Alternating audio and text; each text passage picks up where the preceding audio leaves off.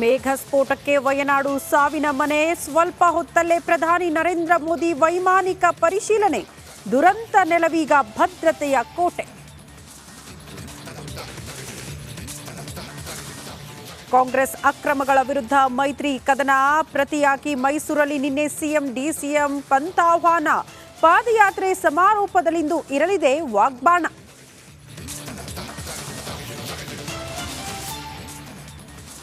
ಪರಪ್ಪನ ಅಗ್ರಹಾರದಲ್ಲಿ 50 ದಿನ ಕಳೆದ ಕಾಟೇರ. ಮತ್ತೆ ಮೊದಲಿನಿಂದ ಸಾಕ್ಷ್ಯ ಸಂಗ್ರಹಕ್ಕೆ ಇಳಿದ ಖಾಕಿ ಪಡೆ. ಸಮತಾ ನಡೆ ಬಗ್ಗೆಯೂ ತೀವ್ರ ಅನುಮಾನ.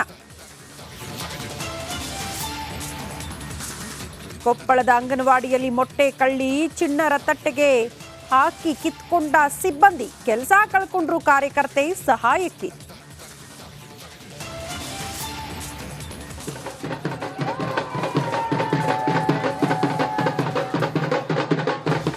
ಪ್ಯಾರಿಸ್ ಒಲಿಂಪಿಕ್ಸ್ನಲ್ಲಿ ಕಂಚು ಗೆದ್ದ ಪುರುಷರ ಹಾಕಿ ತಂಡ. ದೆಹಲಿಗೆ ಬಂದಿಳಿದ ಪದಕ ವೀರರಿಗೆ ಭರ್ಜರಿ ಸ್ವಾಗತ.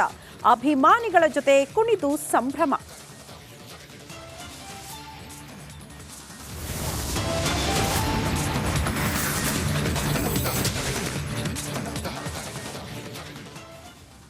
ನಮಸ್ಕಾರ, ನೀವು ನೋಡ್ತಾ ಇದ್ದೀರಾ ರಿಪಬ್ಲಿಕ್ ಕನ್ನಡ. ನಾನು ಶ್ರುತಿ.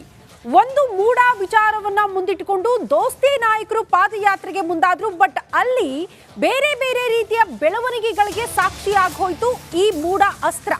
ಕಾರಣ ಅದಕ್ಕೆ ಕೌಂಟರ್ ಅಟ್ಯಾಕ್ ಅನ್ನೋ ರೀತಿಯಲ್ಲಿ ಕಾಂಗ್ರೆಸ್ ಜನಾಂದೋಲನ ಸಮಾವೇಶ ಆಯಿತು. ಅದಾದ ಬಳಿಕ ನಿನ್ನೆ ಫ್ಲೆಕ್ಸ್ಗಳನ್ನ ಹಾಕಿ ದೋಸ್ತಿ ನಾಯಕರ ವಿರುದ್ಧ ಯಾವ ರೀತಿ ಮುಗಿಬಿದ್ರು ಕಾಂಗ್ರೆಸ್ ನಾಯಕರು ಅನ್ನೋದನ್ನ ಗಮನಿಸಿದ್ವಿ. ಆ ಫ್ಲೆಕ್ಸ್ಗಳೇ ದಳಪತಿಗಳ ಕೆಂಗಣ್ಣಿಗೆ ಗುರಿಯಾಗಿತ್ತು. ಈಗ ಅದಕ್ಕೆ ಕೌಂಟರ್ ಅಟ್ಯಾಕ್ ಅನ್ನೋ ರೀತಿಯಲ್ಲಿ ಇವತ್ತು ಕೂಡ ಫ್ಲೆಕ್ಸ್ಗಳು ರಾರಾಜಿಸ್ತಾ ಇದೆ. ಹೇಗಂದ್ರೆ ಕಾಂಗ್ರೆಸ್ ವಿರುದ್ಧ.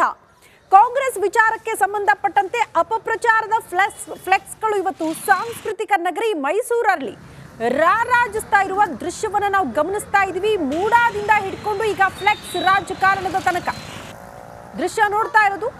ಕಾಂಗ್ರೆಸ್ ಸರ್ಕಾರದ ಒಂದಷ್ಟು ಭ್ರಷ್ಟಾಚಾರ ವಿಚಾರಗಳನ್ನ ಪ್ರಸ್ತಾಪ ಮಾಡಿರುವಂತಹ ಫ್ಲೆಕ್ಸ್ಗಳು. ಈ ರೀತಿ ಅಲ್ಲಲ್ಲಿ ಬ್ಯಾನರ್ಗಳು ಫ್ಲೆಕ್ಸ್ಗಳು ಹಾಕಿಲ್ಲ.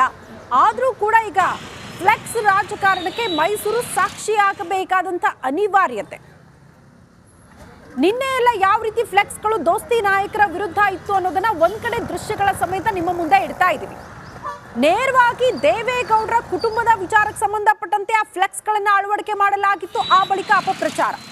ಹಾಗಾಗಿ ದಳಪತಿಗಳ ಕೆಂಗಣ್ಣಿಗೆ ಆ ಫ್ಲೆಕ್ಸ್ಗಳು ಕಾರಣ ಆಗಿತ್ತು. ಅದಕ್ಕೆ ಕೌಂಟರ್ ಅಟ್ಯಾಕ್ ಅನ್ನೋ ರೀತಿಯಲ್ಲಿ ಇವತ್ತು ಕಾಂಗ್ರೆಸ್ ವಿರುದ್ಧ ಫ್ಲೆಕ್ಸ್ಗಳು ರಾರಾಜಿಸ್ತಾ ಇರೋದು ಮೈಸೂರಲ್ಲಿ. ಎರಡು ದೃಶ್ಯ.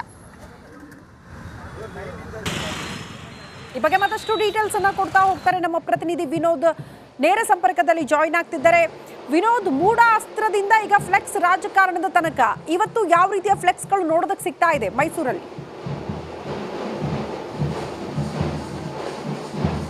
ಶ್ರುತಿ, ಈಗಾಗಲೇ ಏನೋ ದೋಸ್ತಿ ನಾಯಕರು ಕೂಡ ಈಗಾಗಲೇ ಏನೋ ಮೂಡಾದಲ್ಲಿ ಹಿಡಿದಿರುವಂತಹ ಹಗರಣದ ವಿಚಾರವಾಗಿ ಪಾದಯಾತ್ರೆ ನಂಬಿಕೊಂಡಿದ್ರು. ಇವತ್ತು 8ನೇ ದಿನಕ್ಕೆ ಪಾದಯಾತ್ರೆ ಕಾಲಿಟ್ಟಿದೆ.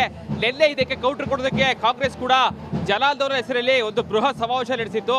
ಈ ಒಂದು ಸಮಾವೇಶದ ಉದ್ದೇಶ ಸಿಎಂ ಅವರನ್ನ ರಕ್ಷಣೆ ಮಾಡೋದಕ್ಕೆ ಎಲ್ಲರೂ ಕೂಡ ಕಟಿಬದ್ಧವಾಗಿದ್ದೀವಿ ಅನ್ನೋದನ್ನ ತೋರಿಸೋದಕ್ಕೆ ಎಲ್ಲರೂ ಕೂಡ ಒಗ್ಗಟ್ಟನ್ನ ಪ್ರದರ್ಶನ ಮಾಡಿದ್ರು.